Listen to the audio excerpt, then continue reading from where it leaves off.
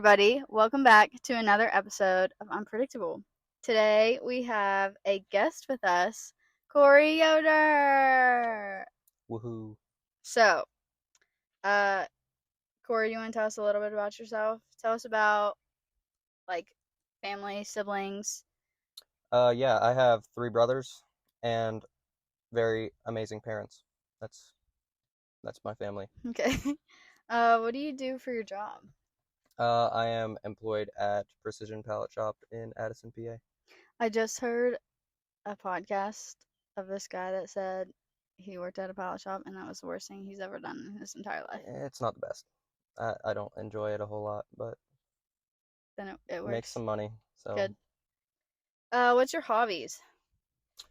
uh I like basketball for one. I'm actually was assistant coach the past few years at Mountain View School, and now I'm going to be head coach next year. So I'm looking forward to that. And I like golfing, and playing video games with my friends are probably the most current hobbies that I do. Okay. What has our friendship been like? You want to tell Uh, that story? oh boy. I feel like that ties into your first question, actually. What's your friendship look like? Our friendship has been anything but smooth, probably. Um, I don't even know when I would say we actually became friends because we were frenemies for so long. Yeah, Um, facts. I would say we've been friends for a good little while now. We I feel like tying into that question, what should friendships look like is, we've had a lot of ups and downs, and Hmm. we do not always see eye to eye at all. Correct. Like we've had a lot of disputes, I guess. We disagree on kind of a lot of Yeah, things. maybe you guys will hear about that. Maybe Yeah, we'll disagree on some of the things we're going to talk about today even. yeah, true. But yeah, the thing I like about our friendship though, and I think is crucial for friendships, is that you don't always have to agree Hmm. or yeah, agree or get along even, um, to be friends. We've been able to look past our differences very well, I'd say. Yeah. And yeah, we've been friends for quite a long time now. Yeah, I met him whenever I was in elementary, and supposedly I wasn't very nice. Um, Not always, that's for sure. You had your moments. anyways, yeah, so elementary, I feel like I don't really remember intermediate. I feel like that's when we actually became friends. Intermediate? Yeah, I don't remember intermediate. I feel like 7th grade was probably when Your seventh grade or my seventh my grade? 7th grade, so it would have been your sixth, was when we actually got along fairly well. Okay, take me back because I actually don't remember. I just remember 7th grade. I got along with Oh, everybody. actually, no, that was like the best year, in my opinion. I think that was the best year of my entire school life. It That was was up whenever there. Jesse and Sean Yeah, it was and up Jana there. were teachers. Mhm. Yeah. It was fun.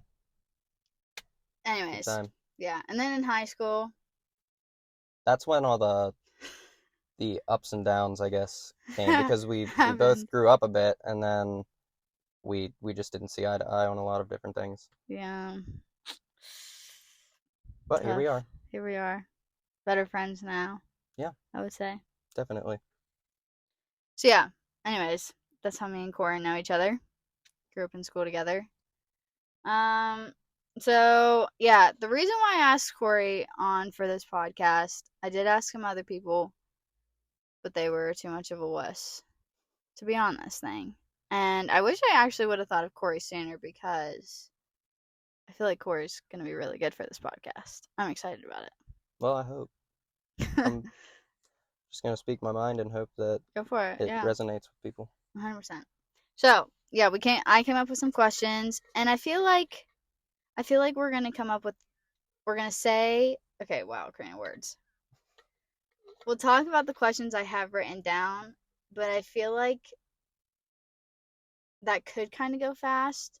And I feel like there's some for deepness about the friendship topic that we'll work into.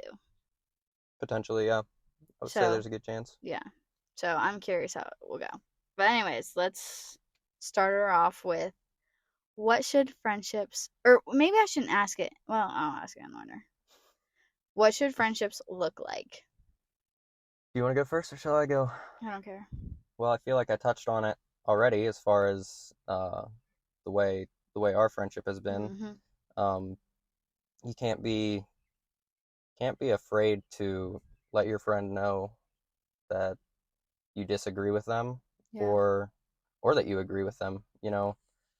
Complete honesty. Hmm. There's not really any room in friendship for dishonesty. Yeah. Um, and so, when you don't see eye to eye with somebody, I think that should be known and not necessarily talked about with other people, but just your friends. You can talk about Hmm. anything, and you uh, should be willing to step on their toes, I guess. And it's okay to be a little uncomfortable with that. Yeah. But I think it's essential for friendship growth, even. Yeah. I would agree with that 100%. I think I don't know if this is too strong. I would say if you don't have honesty in your friendship, that's not a friendship, Yeah, in my opinion. it's a faked friendship. Yeah. Yeah, agreed. Um, sorry, what were you gonna I said agreed. say? Okay. Yeah, I feel like me and Ness, one of my cousins, we were talking about it before. Like friendship conflict is difficult, but to be able to talk about that kind of thing is important in a friendship. And if you don't have that, then I feel like you don't have a deep friendship at all. And I wouldn't really want to keep one of those friendships around. Yeah, agreed. Next question. What is a friend? Well, part of what we just described, Mm-hmm. someone that's not afraid to keep you straight, um, and yeah, let you know when you're slipping and are not afraid to share their opinion, Mm-hmm. whether your feelings will get hurt or not. I think is part of it. Mm-hmm. Um, it's also when I think of friends, I think of someone that you connect with in a lot of ways and uh, have a lot of good times with, good Mm-hmm. laughs, maybe some good cries. Who knows? Yeah. I think too, thinking of what a friend is, I always think of, yeah, thinking of what a friend is, I think of loyalty to that person. Um, Especially whenever talking behind someone's back comes into play. Um, which that kind of goes into the next question a little bit, but loyalty is something that is huge for me. Like if my friend is not being loyal, I don't think I would want that as a friend either. Having each other's back, I think, is important in a friendship and is part of being a friend to people. Yeah, and friends are people that are there when you are doing well and when you're not doing well, Hmm. when you're in a good mental state, bad mental state, all those things. Yeah. And that kind of goes into how do you know if your friends are loyal? I feel like that loyalty was kind of in what I just said, but then the question is, how do you know if your friends are loyal? Well, I haven't really ever had friends that weren't loyal, so it's But how kind do you of know that? because they've always been there. Um, or at This is least how I keep score. I can think of a few friends especially that have I literally can't remember life without them. Okay. And I have not always been the most desirable friend. I've made a lot of mistakes in my friendships, I think.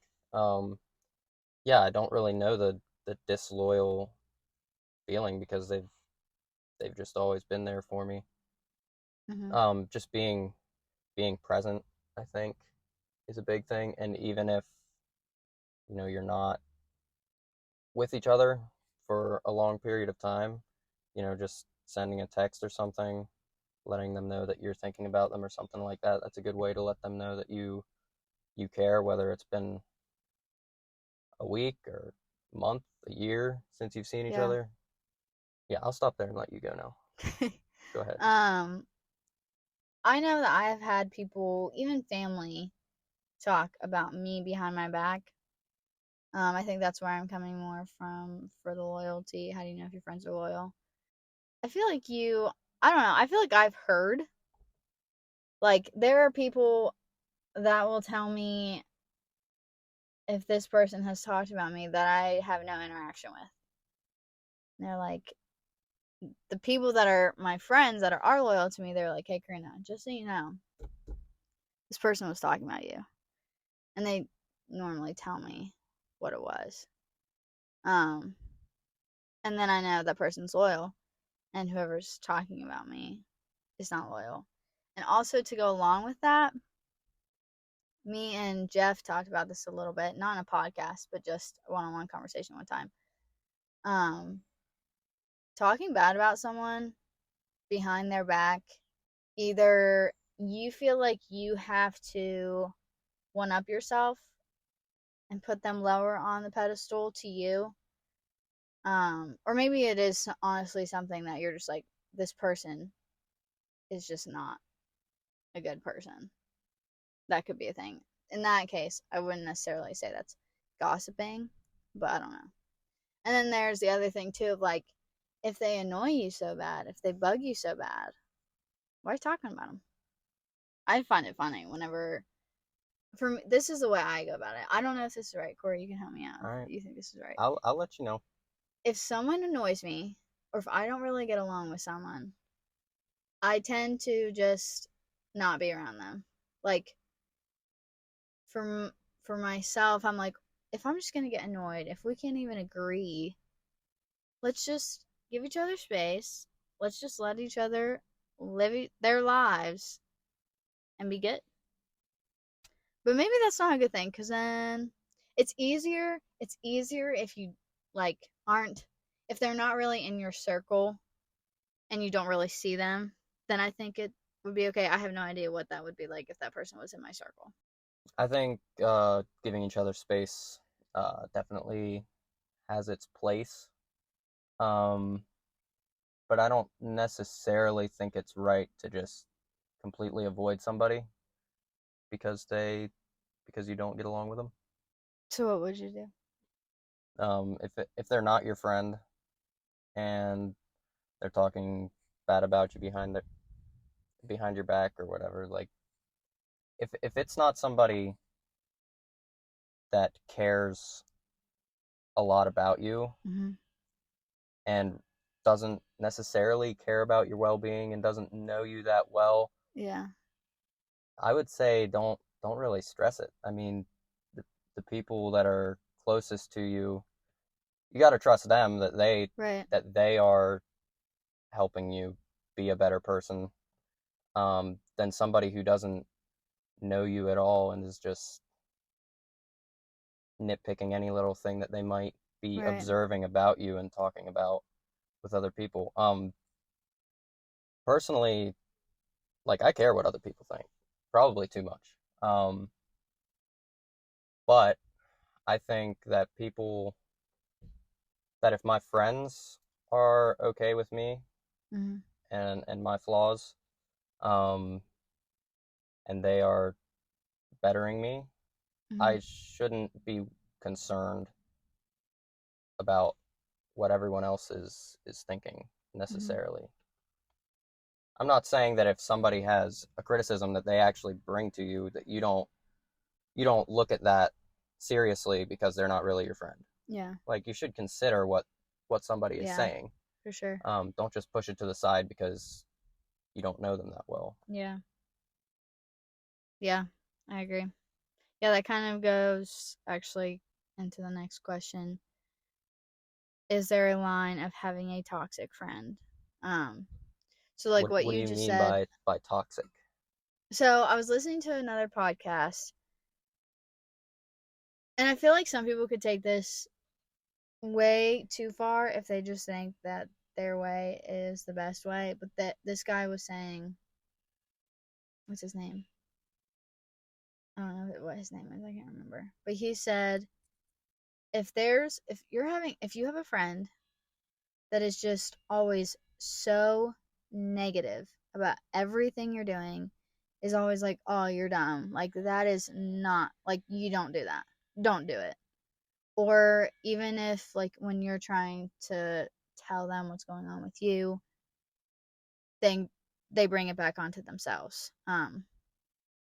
Something that he said too was, I think a lot of people try to use this as showing that, hey, I'm with you in that scenario.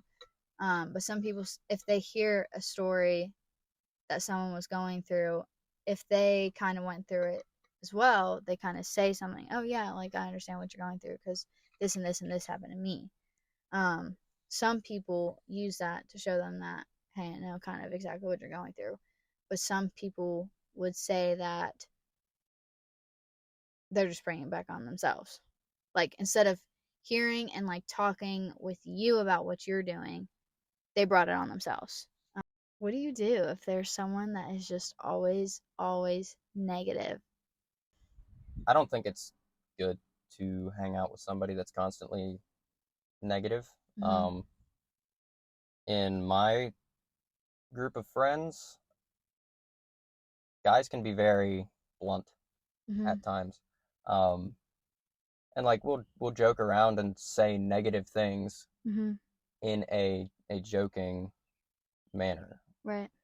So we're not actually being really that serious, Right. I guess. Yeah. I don't have many friends that are just constantly negative. Mm-hmm.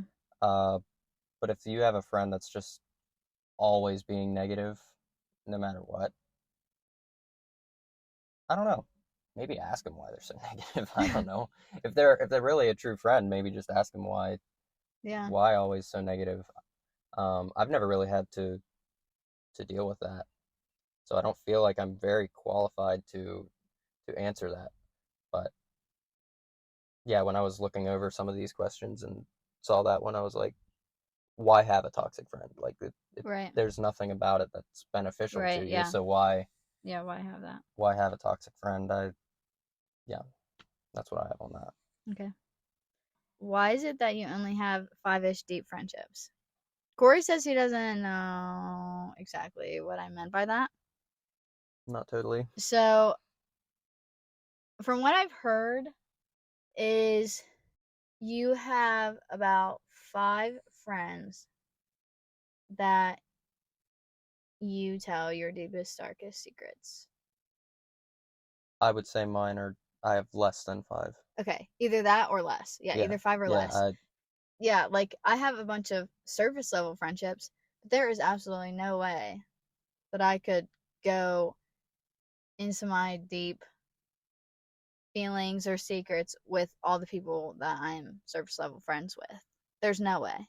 And I don't even know if I would honestly have five either. I think I would.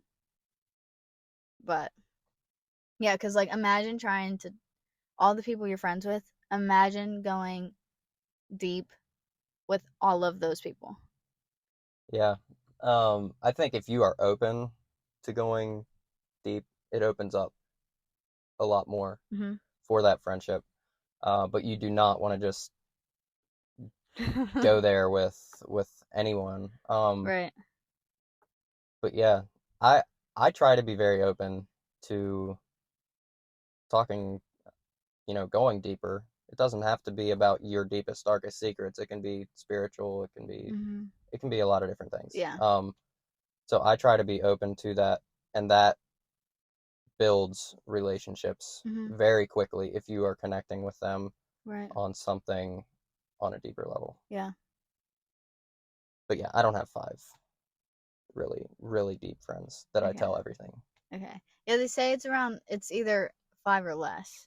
Five's like, I feel like there has to be a point where it's just too many or yeah. just Like, too I much. You think they can't say five keep is up kind of with like the everything. max. Like, wow, you're doing something if you got more than five that you can be very deep with.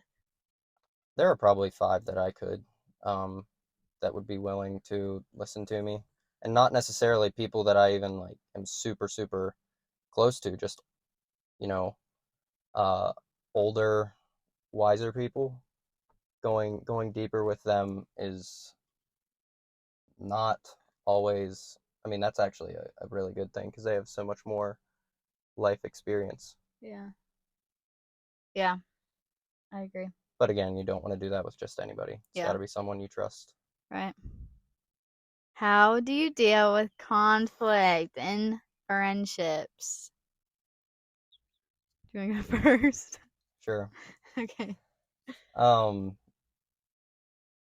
so I haven't had to deal with a lot of conflict in friendships. I have friends that have been very patient with me.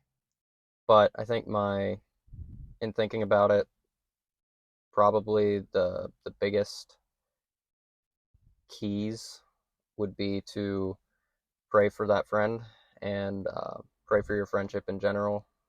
Um, but then the other key would be to take a step back and look at the big picture, look at what is Mm-hmm. really important and what really matters, and is this conflict actually is it worth it? Yeah. Because a lot of times it's not. We're just kind of making up problems Yeah. almost. If it's something really minor, like that you don't find important, Mm-hmm. it's okay if you don't see eye to eye on it or if they annoy you a little bit. Um, just let go of it, Yeah. basically. Yeah, I agree 100% with Corey. I can even think of that for myself, things that might annoy me. Just literally just taking a step back. Just look at it. Is it worth it or not? If it's not, get over it. Yeah, and I feel like high school age people especially, it's like we don't have enough problems in high school, so we just create problems. Um, I don't know if any high schoolers listen to your podcast or not, but if there is, take a step back and look at what you're fighting over and see if it's worth it. Yeah. And just talk it out. If it is a conflict that is important enough to deal with, then talk about it. Yeah. And also a thing to also remember is in conflict, you might be able to talk about it and maybe you'll talk about it and you feel good about it, but you still disagree. That's okay. And that is going to happen. In those moments, in my opinion, you just need to get over it. If they're not doing something that you feel like is wrong and you disagree with, but they're just like, no, it's not. And I asked other people and they're all thinking it's okay. Then okay, that's just my problem and I don't have to cause more issues. And I can just move on. And if it's a thing too that you feel like is you just feel like you can't be around it, then that's okay too. I think if you want to distance yourself a little bit from that, I think that's okay too. Especially if you feel like if it's affecting you, um, and whatever the situation is, then I would say that I feel like it's okay in some form to distance yourselves a little bit from that. But you don't have to make it toxic. You don't have to make it bad. And don't avoid them at all costs. That won't necessarily help Yeah. the situation either. Yeah. So there's a couple questions I feel like honestly just run together. The one is how to keep good friendships and what are some roles that friends should play or be. I feel like both of those can kind of go together of just, yeah, be positive, bring good energy, be a shoulder to cry on, be open and honest with them, um, and make them feel that you can be trusted with whatever they're telling you and be loyal to them. I feel like if you do all those things, that's how you'll keep good friends around you. And I think those are roles that a person should play in a friendship. I think that um, roles that friends should play is, you definitely can't be afraid to offend your friend Mm-hmm. if it's for their own good. Yeah. Um, but you also need to be supportive of them if you Mm-hmm. agree with what they're doing and with the direction they're going. Yeah. Why do friendships happen only for certain seasons of your life? I think oftentimes, um, well, God knows what you need and when you need it. Mm-hmm. And I think a lot of times it can be through people, through friends. that God knew you needed this person at that time of your life, and then they're gonna move on to other things, or you're gonna move on to other things. But yeah, you just needed them for that time, and maybe your paths will cross again, and you can pick up where you left off. But uh, yeah, I think it's God's timing in that. Hmm. Yeah, having friendships only for seasons is tough. I know for me, we were besties since second grade, and just in the past year, 2 years, I would say, I don't know, I would say we're still like friends, but I would say we're a surface level friendship. I mean, I have my thoughts of why it is the way it is, but maybe it was in God's timing just to have us friends for that time of high school, and then after high school a little bit too. Maybe that was his plan all the time. But those are so hard. Losing a friend that you were really, really close with. That is really, really hard, and that's hard to get over if that was the only purpose for that friendship. But it's part of life, and you do need maybe some different friends in your life for different seasons that some of your other friends might not be able to help you out in, like those other people can. Yeah, and I would say definitely don't close doors to that friendship. Hmm. Maybe the door will open again. Who knows? Yeah. Next one. Our friend group's wrong. Uh, I would say that there are pros and cons to friend groups. I have been hurt by friend groups, and I've also hurt people by being in a friend group. Um, I think the biggest thing that hurts people in friend groups is not including others, Hmm. and um, I think a big reason that happens is the all the secrets that may be told within the group. Um, can't just be shared anywhere, and then you're whispering among your group of people, and that raises a lot of questions for Hmm. outsiders that just are like, are they talking about me? Are they talking about someone else? What are they talking about? Yeah. Um, so if you are in a friend group, I think a rule to keep is to not just close the group off, and like keep it open, invite people to hang out with you, and try to keep the secrets to a minimum, I would say. Hmm. I'm not saying that you can't have secrets among a friend group. Hmm. I think there's a time for that, and that time is not when there's a lot of other people around. If your friend group is getting together and hanging out, and it's only that group of people, I mean, I'm not saying you can't talk about things that you don't want other people to know. Yeah. Um, but it shouldn't be done with so many people around that you're whispering and Yeah.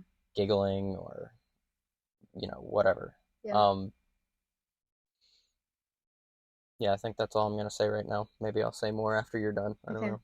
know. Yeah, I think I would agree with Corey. I think there's nothing wrong with having a friend group because you are just close to some people, and that's just the way life is. But I think know your surroundings. If you're in a public place, you don't need to just be in your friend group. Like, yeah, that might be the most comfortable, but that's not necessary. And especially what Corey said too about telling secrets or only saying things that um only your group can know. That you don't need to be talking about that while you're around other people. Um, and yeah, be open to inviting people to hang out with you. I feel like that can be kind of tough because whenever I think of inviting some others to some of my friend groups, I'm like that could be kind of weird, So maybe I don't know if I don't if there's people that want to hang out with your friend group, maybe they should say, because you won't know. And it's not like, I know for for me, it's not that I'm purposefully trying to exclude people. But if someone wants to come hang out, let me know. Well, one thing I think of is back when I was in school and I was hanging out with a group of friends, there was a time that we were sitting together talking, and somebody came outside, saw us, and quick turned around because I guess they wouldn't have felt comfortable sitting with us and talking. Hmm. Um, and that to me is not a good thing at all. Um, that's a bad sign. Yeah, you should be welcoming. Right. Now, this person was somebody that's very reserved and doesn't like to hang out with a lot of people. It's kind of it's kind of difficult to know how to be open or how to be an open friend group. Hmm. But yeah, just if you see somebody that is not with you or not with your group, not really with anybody, you can invite them to just chill with you for a little Yeah, bit, whether it doesn't matter if something's happening or not, you know. yeah. What are some things that you think make friend groups happen? Like, what make people click? Mostly common interests, whether it be sports or uh, yeah, it can be a number of different things. But yeah, a lot of the people I know, we have common interests. Some friend groups, I guess, happen without Hmm. really trying. Like I have friends from church, friends from, the basketball team that I coach. I hang out with them a lot. Hmm. And so I feel at home in many different places. Yeah, And it's not necessarily a group that's constantly hanging out or yeah, constantly, yeah, being together. So it's kind of it's kind of hard to say what all makes people click, but I think common interest is definitely a part of it. yeah. Are there age boundaries in friendships? This is an interesting one. Um, Initially, I would say no. Um, I think you can be friends with anybody, but it's different. You don't just want to if you are a guy and you happen to be friends with a girl that's like a good bit younger than Hmm. you definitely are not going to just hang out with that person Yeah, a lot or by yourself or anything like that. You're just strictly within a group of large people. It's not something that you're not gonna go off by yourselves and hang out or anything. Definitely. But then you can also I have friends that are a good bit older than me as well. hmm, And yeah, I don't necessarily think there's an age boundary for that. yeah. What do you I think? I think I would think that I would be uncomfortable if I saw a 13-year-old girl or a girl younger than 18 in her teen years talking with a guy who's over 20. That's fair. I think. I mean, even just like surface level friendships, yeah, that might be okay, but even just like seeing like 25-year-old guy talking to a 16-year-old girl, it's kind of like, I feel like the thought always is crossing your mind of like, are they interested in her?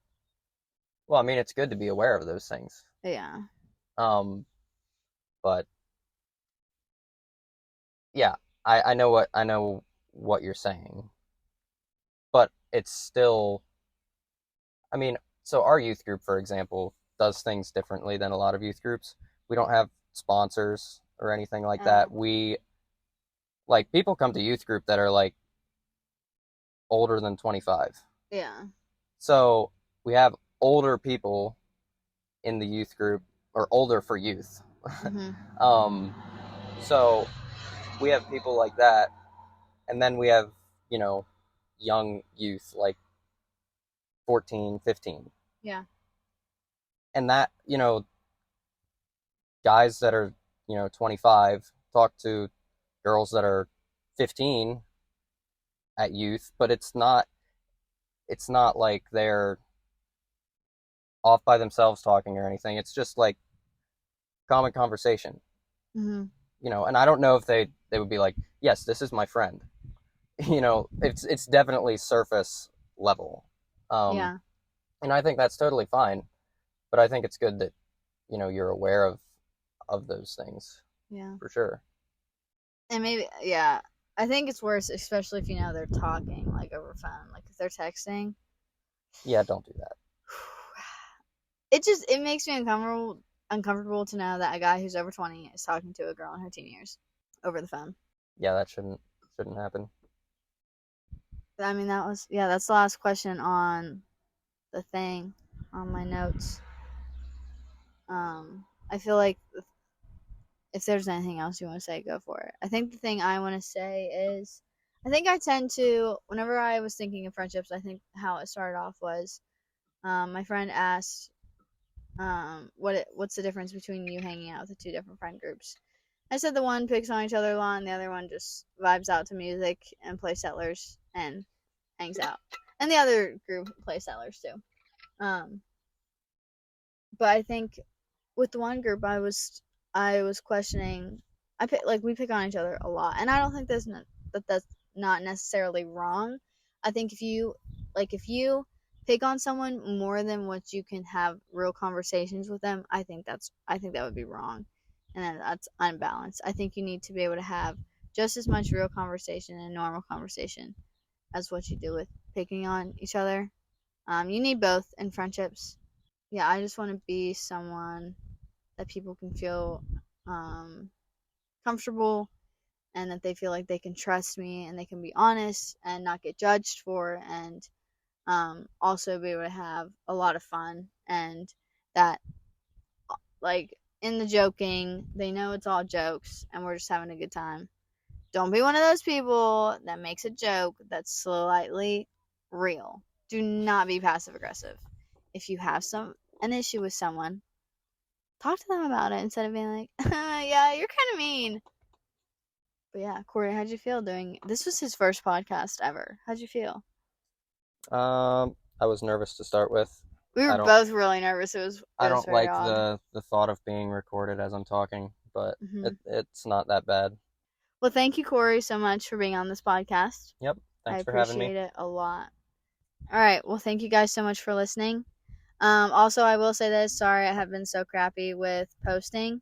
I think for the summer, I'm going to do one podcast a month or else one video. Maybe if it's a video, I'll do twice a month what I was doing. But it just feels really busy this summer. And so, as of right now, podcasts at least once a month. If I want to do a video, I'll do the video as well. Thank you, Corey, for being on the podcast. I Yep. hope you enjoyed it. Yeah, it was good. It was good. Would you Yeah. recommend other people doing it? Yeah. Get out of your comfort zone a little bit. It's basically just a conversation, just you're being recorded, Yeah. so it feels Did a you little think weird. about it? Did you think about it? Sometimes, but not. I didn't think about it a whole lot, Okay. honestly. Cool. Yes, if you guys want to be on a podcast and you got a subject, you can let me know. Because if you want to be on a podcast but you don't know what to talk about, think of one before you talk to me. But if you guys are wanting to be on a podcast, let me know. Anyways, thank you guys so much for listening, and we will see you guys next time.